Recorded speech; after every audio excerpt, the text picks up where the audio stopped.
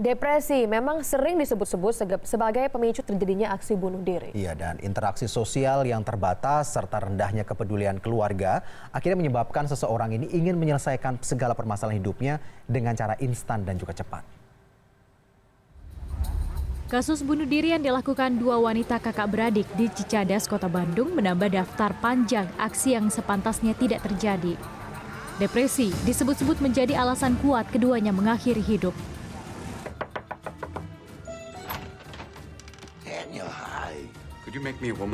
Alasan ini juga yang banyak diyakini menjadi penyebab aksi bunuh diri aktor film Robin Williams. Sosok yang dikenal sebagai komedian sekaligus aktor serba bisa ini dikabarkan pernah mengalami masalah depresi dalam hidupnya. Dan baru saja terjadi kematian vokalis band rock alternatif Linkin Park, Chester Bennington, yang ditemukan tewas di rumahnya akibat bunuh diri. Sebelumnya ia dikabarkan tengah berjuang melawan ketergantungan alkohol dan obat-obatan, serta pernah mengaku tertekan dalam kehidupannya.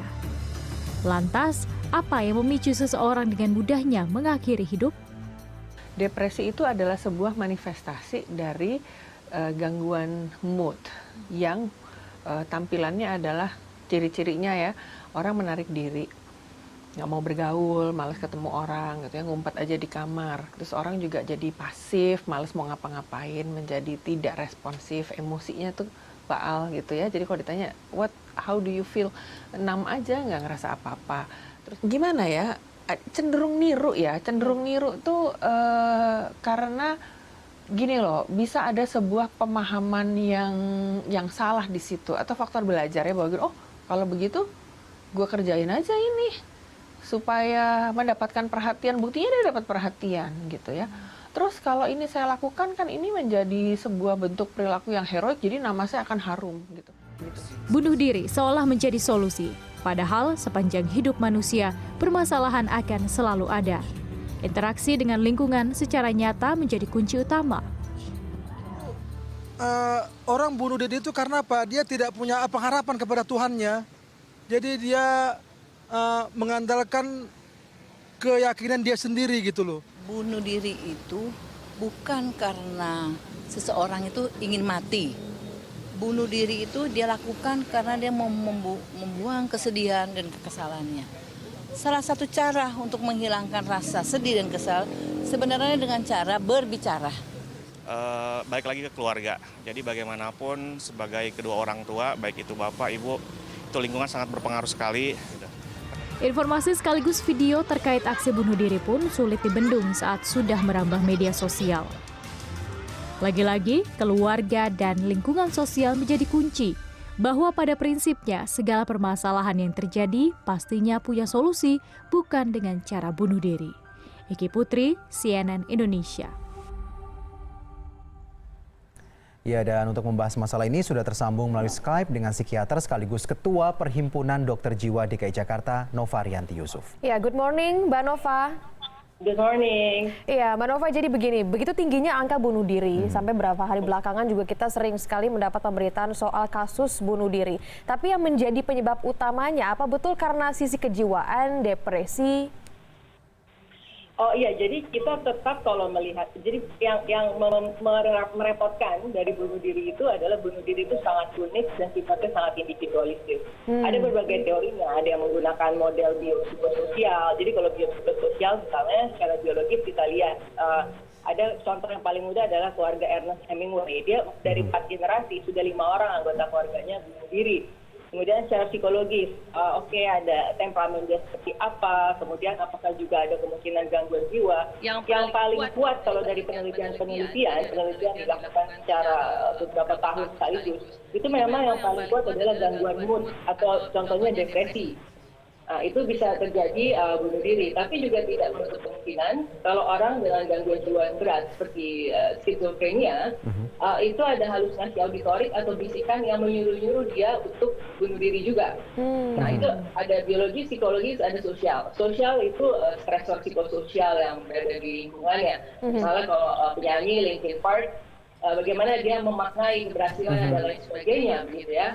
Pada saat penggemarnya reach out ke dia, dia sendiri melakukan cry for help melalui semua lirik lagunya. Ada marah, ada perasaan bersalah, ada, tapi dia masih bisa menyisipkan empati. Nah itu yang akhirnya kalau kita nonton video-video terakhirnya, orang kan biasanya I love you, marry me gitu ya. Kalau Chester, thank you Chester. Itu kayak beda banget. Jadi orang merasa banyak yang tertolong oleh empati yang disampaikan oleh Chester karena dia berbicara benar-benar perasaan-perasaan yang terkelam yang bisa dialami oleh seorang manusia gitu. Nah, ketika akhirnya orang sudah merasa dalam dirinya ada depresi, bahkan keluarga sekitar atau orang-orang terdekat merasa bahwa ini orang sudah terlihat seperti orang-orang depresi, sebenarnya apa yang harus dilakukan, Mbak, dari dalam diri sendiri dan juga orang-orang yang ada di sekitarnya ini, Mbak? Sebenarnya yang paling utama adalah jangan sampai terjadi pengabaian. Jadi kita ini karena hidup di dalam era modern, hidup kita agak dalam tanda kutip autistik, kita sibuk dengan dunia kita sendiri. Akhirnya kita tidak lagi sempat memperhatikan perubahan-perubahan yang terjadi pada teman dan anggota keluarga kita. Misalnya kalau depresi ya, kita ambil contoh saja. Misalnya dia dalam 2 minggu, ada perubahan yang terus-menerus dalam hal mood atau suasana perasaan yang biasanya dia cheerful, happy, tiba-tiba dia menjadi sedih, kemudian murung. Kemudian pikiran dia, biasanya kalau lagi diskusi dia sepertinya bersemangat, ini udah malas ngomong, begitu. Terus kemudian juga tidak optimis tentang masa depan. Terus yang ketiga adalah perilaku. Mungkin ada menarik diri, tadinya senang bergaul, menjadi tidak senang bergaul, bahkan malas untuk keluar, dan lain sebagainya. Seperti Chester Bennington, dia selalu mengatakan, waking up in the morning, it's so hard.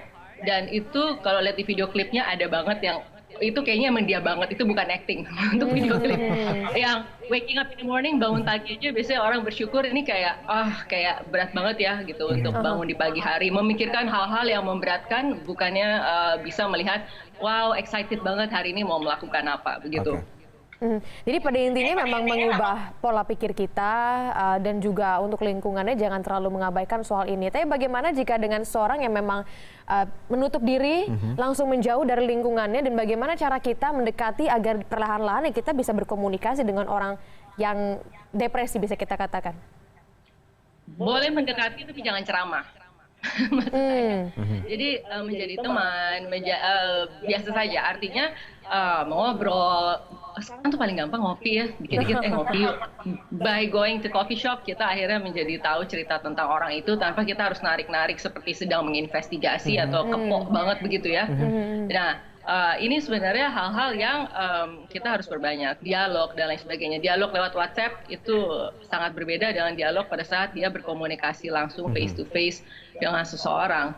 Begitu. Sampai kita di Perhimpunan Dokter Jiwa Jakarta nih ingin sekali punya boneka seperti maskot besar, itu boneka namanya Hagi, untuk memeluk orang-orang yang membutuhkan pelukan. Jadi I don't know, kita bisa mendapatkan pelukan dari orang yang salah ya. Ini kasih boneka. Oke, just hug our doll gitu ya, untuk memberikan kehangatan, perasaan kayak you're not alone. Ya, kayak hal-hal yang semacam itu begitu. Karena ya, jadi perasaan bahagia memang sangat-sangat dibutuhkan di sini ya. Apa mungkin dengan banyaknya orang yang akhirnya tanda kutip terinspirasi untuk melakukan hal serupa, ini bisa dikatakan bahwa kasus ataupun fenomena bunuh diri ini bisa menyebar? Menular gitu, Pak. Ini memang ada, sudah ada teori awalnya. Jadi ada novel karyanya Goethe tahun 74, judul nama karakternya itu adalah Werder. Nah, si Werder ini bunuh diri karena ditolak perempuan di dalam novel itu. Totonya benar-benar ada wave of suicide setelah membaca karya itu. Jadi mengikuti si hero-nya mereka, si Werder ini. Nah, kemudian ada lagi penelitian yang dilakukan dalam 33 bulan, ada headline yang terkait dengan bunuh diri. Kemudian dilihat, ini di luar negeri sih, bukan di Indonesia. Jadi dalam 26 kali, dalam 33 itu 26 ada suicide. Jadi pemberitaan itu memang sangat related. Oleh karena itu di Undang-Undang Kesehatan Jiwa kan kita juga menghimbau supaya pemberitaan itu kondusif. Kondusif salah satunya adalah tidak terus-menerus memberitakan tentang suicide, yang oleh Asosiasi Suicide Dunia, Asosiasi Pencegahan Bunuh Diri Dunia, itu juga dihimbau bisa memberitakan tapi judulnya jangan bombastis, misalnya cinta ditolak, kereta ditabrak itu misalnya ya, kayak begitu-begitu. Nah, judul-judul itu juga harus yang edukatif, mungkin lebih baik ke arah-arah yang pemberitaannya untuk kesehatan jiwa itu apa, gangguan jiwa itu apa, mungkin yang lebih edukatif dan bukan malah yang memunculkan ide, menerbitkan ide begitu ya, karena copycat ini kan sudah diteliti tadi di relasinya antara pemberitaan dengan actual suicide itu terjadi. Karena setiap satu suicide itu artinya sudah satu suicide berhasil itu artinya sudah 25 kali percobaan bunuh diri itu terjadi gitu dalam estimasi WHO. Nah Mbak, Jakarta ini kan kita tahu sebagai kota besar gitu ya, dengan berbagai masalah kehidupan yang dirasakan oleh warganya dan juga warga sekitarnya. Nah bagi warga yang mungkin atau keluarga yang merasa ada kerabatnya merasa depresi dan sebagainya, atau butuh hanya sekedar konseling atau butuh hanya sekedar pelukan semacam boneka Hagi yang Mbak Nova sampaikan tadi, mungkin ada hotline yang bisa dihubungi nih Mbak agar bisa konseling secara langsung dengan sejumlah psikiater ini Mbak. Tahun 2010 pernah ada arus bunuh diri dengan menggunakan gedung tinggi, loncat dari mall, itu 2010. Kemudian akhirnya saya dulu pernah di DPR di Komisi 9. Waktu itu kita benar-benar memarahi ya Ibu almarhumah Menkes Ibu Endang, dan kita mengatakan apakah tidak ada cara untuk membantu. Akhirnya dibuat hotline, begitu. Tapi hotline ini sekarang lagi diperbaiki karena dia harus memenuhi beberapa kaidah. Di antaranya adalah kita tetap harus ada medical record. Jadi kalau orang telepon, kita tetap harus mencatat dengan baik. Teknologinya juga harus baik. Kalau bisa ada unit 911. Jadi saya tidak tahu. Kemarin yang kasus kemarin yang di video itu sangat disayangkan bisa tersebar. Cuma maksud saya adalah gedung tinggi high rise building itu kan opsi sekarang dengan keterbatasan lahan. Tapi bagaimana dengan salah satu konsekuensi diantaranya adalah digunakan untuk akses bunuh diri. Ini juga penting. Jadi akses terhadap bunuh diri, kemudahannya itu juga adalah sebuah faktor risiko. Nah, jadi saya tidak tahu, apalagi Jakarta nih. Jakarta ada penelitian tahun 95 sampai 2004 bahwa ada sekitar 5,8 per 100.000 jiwa yang bunuh diri. Sekarang belum ada angka paling akhir, tapi saya rasa itu cukup tinggi. Nah ini apalagi sekarang dengan banyaknya apartemen dan lain sebagainya gitu. Nah kalau ada anggota keluarga dengan gangguan jiwa, ada halusinasi auditorik nyuruh-nyuruh bunuh diri, itu mudah sekali dia untuk lakukan. Sekarang keamanannya bagaimana? Mungkin DKI Jakarta menjadi model percontohan untuk gedung tinggi high rise building tapi aman misalnya begitu. Oke, baik. Terima kasih banyak Nova Rianti Yusuf, Mbak Nova sudah bergabung di Good Morning hari ini. Semoga bisa memberikan harapan juga ya bahwa bunuh diri itu bukan solusi dan kita masing-masing memberikan motivasi terhadap diri kita ya. Soal kalimat-kalimat positif yang harus ditanamkan sejak sekarang. Terima kasih. Baik, terima kasih.